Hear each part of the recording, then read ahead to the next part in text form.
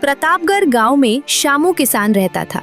वैसे तो शामू समझदार और गुणी था, लेकिन अपने भाइयों के निकम्मे होने की वजह से हमेशा परेशान रहता। शामू के पास खेत कम होने की वजह से वह गांव के जमींदार ठाकुर के खेत लेकर उन्हें भी जोता करता था। ठाकुर को अच्छे से पता था कि शामू काम का आदमी है। उसकी अच्छाई और समझदारी की वजह से ठाकुर को फसल में बहुत लाभ होता था। अरे शामू, आज घर जल्दी चले जाना। जाते हुए हमारे घर से मिठाई और कुछ पैसे ले जाना। हाँ हाँ, मैं जाते हुए मिठाइयाँ और खाना दोनों ले जाऊंगा, पर ये किस खुशी में। अरे पूरे गांव को पता है, तुम्हें नहीं पता कि श्यामलाल मेरा कर्ज नहीं अदा कर पाया, इसलिए उसने अपने सारे खेत मुझे दे दिए हैं। वाह मालिक वाह, आपने उसकी भी जमीन ले ली, ये तो बड़ी अच्छी बात है। शामू ठाकुर के घर से मिठाई और खाना लेकर अपने घर जाता है और सारी बातें अपनी बेगम को बताता है। अरे अरे बेगम कहाँ हो? ये देखो, मैं तुम्हारे लिए खाना और मिठाइयाँ लेके आया हूँ। ये सब किस खुशी में, और तुम्हारे पास इतने पैसे कहाँ से आए? अरे ये मिठाइयाँ और खाना मालिक ने दी हैं। वो क्या है ना कि श्यामलाल ने अपनी सारी जमीन मालिक के नाम कर दी है। या उसने इसके नाम कर दिया, या उसने जमीन हड़प ली। अरे रूबा, तुमने ठीक कहा। ये गांव ठाकुर का है, ये मोहल्ला ठाकुर का है, ये गलियां ठाकुर की हैं, ये रकबे ठाकुर की है। हमारा क्या है इसमें? हमारा तो कुछ भी नहीं है। ठीक है, नाराज मत होइए, खाना निकाल दिया है, खा लो। अरे मालिक तो कहीं दिखाई नहीं दे रहे, मैं केस कैसे जोतूंगा? अरे तुम्हें पता नहीं है कि हमारे सारे हल पड़ोसियों के यहाँ चले गए हैं, तुम अपने जाकर हल लेके आओ। हाँ हाँ हाँ, ठीक है मालिक, मैं ऐसा ही करूँगा। शामू घर जाकर अपना पुश्तैनी हल निकालता है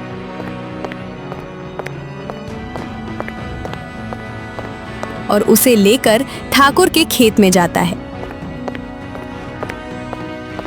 शामू के पुश्तैनी हल की मूठ में एक हीरा था, जिसके बारे में शामू को कुछ भी पता नहीं था। एक छोटा सा हीरा जिसकी कीमत 1 लाख थी। अरे आज तो मैं बहुत थक गया, बहुत दूरों की भूख लग रही है भाई। शाम हो गई थी। शामू जा ही रहा था कि वहाँ पर ठाकुर आ गया और कहने लगा,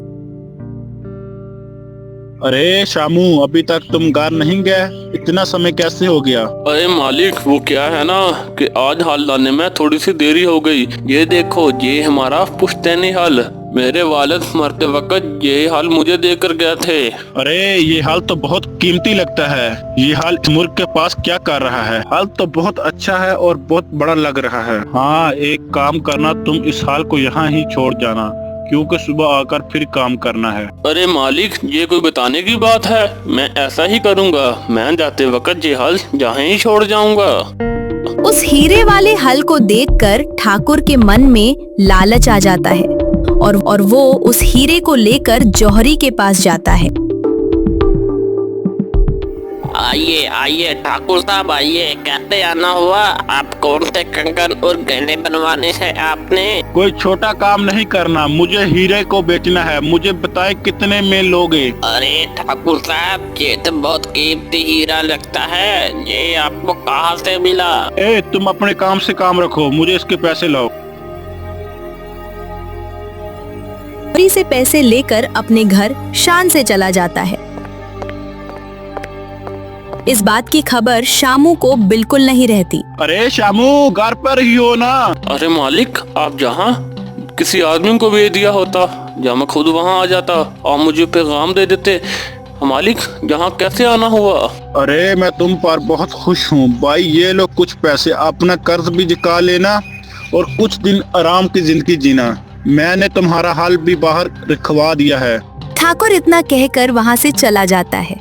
जब शामू की नजर हल पर पड़ती है तो वो अपनी बेगम रूपा को बुलाकर उससे कहता है, अरे अरे ये देखो बेगम, हमारे हल में से वो हीरा गायब है जो हमेशा चमकता रहता था। क्या पता खेतों में गिर गया हो, सुबह चले जाना और खेतों में देख लेना। वो पूरी रात सो नहीं पाता, उसे बस हीरे की ही चिंता होती है। सोते वक्त उसके सपने में उसके दादाजी आते हैं और उससे कहते हैं, उस ठाकर ने तुम्हारे साथ फ्रॉड किया है, जिसे तुम हल्का हीरा समझ रहे थे वो असली हीरा था, लेकिन इस ठाकर ने उस हीरे को बेच दिया और तुम्हें इस बात की खबर ही नहीं। अरे दादाजी, अब मैं क्या करूं? मेरी तो अक्ल ही मारी गई थी उस वक्त। तुम फिक्र मत करो, वो तो बस एक छोटा सा हल का टुकड़ा था। हमारे घर की तह खाने में एक बड़ा हीरो का हल पड़ा है, जिसे तुम लेकर अपने खेतों में इस्तेमाल करो। अरे दादाजी, पर उससे क्या होगा? इस हल की मदद से तुम्हारे खेतों की फसलें बहुत ही ज्यादा अच्छी और जायकेदार होंगी। सपने में अपने दादाजी को देखकर शामू की नींद खुल जाती है और वो अपनी बेगम रूपा से सारी बातें बता देता है। क्या कहा?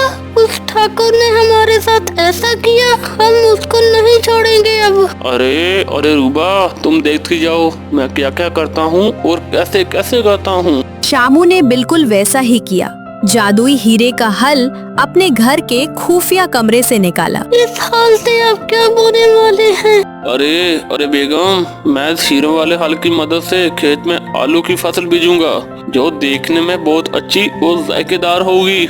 जैसे ही शामू ने जादुई हीरे का हल चलाया, हीरे का हल और ज्यादा चमकने लगा। ऐसा लगा जैसे पूरे खेत में बिजली दौड़ गई हो। उस जादुई हीरे के हल की वजह से शामू को बहुत मुनाफा हुआ और वह ठाकुर से भी ज्यादा अमीर हो गया।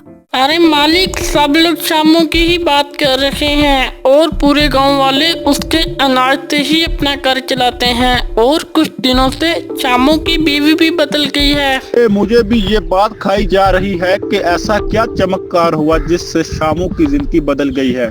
ठाकुर और उसका नौकर शामू के आलीशान घर में जाते। अरे शामू, कहाँ हो? सुना है तुमने जीवन में बहुत तरक्की कर ली है। हाँ, मैंने सब अपनी मेहनत से कमाया है। मैंने तुम्हारी तरह धोखा तो नहीं किया। आपने तो मेरे हाल के अंदर जो हीरा था वो भी चुरा लिया। ठाकुर को शामू की तीखी बोली से गुस्सा आ जाता है और वो अपने नौकर को हुक्म देता है, अरे तुम इसको कमरे में बंद कर दो और घर की तलाशी लो। ठाकुर के कहे अनुसार नौकर ने शामू को जबरदस्ती कमरे में बंद कर दिया और घर की तलाशी लेने लगा।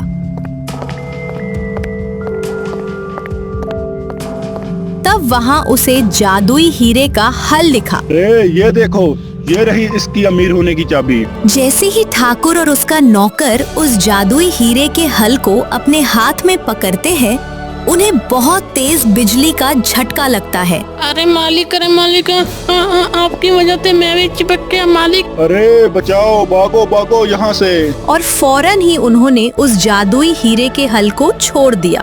नौकर ने दरवाजा खोलकर शामू को बाहर निकाला। अरे इस घर में एक पल भी रहना बर्बादी है, भागो यहाँ से। मैं आज से आपके यहाँ काम करने नहीं आऊँगा। मैं आपकी नौकरी छोड़ रहा हूँ। ठाकुर और नौकर को उनके किए की सजा मिल गई। शामू को भी इसका अंदाजा हो गया और वो अपने दादाजी की तस्वीर देखकर मुस्कुराने लगा और खुशी खुशी अपनी जिंदगी बिताने लगा।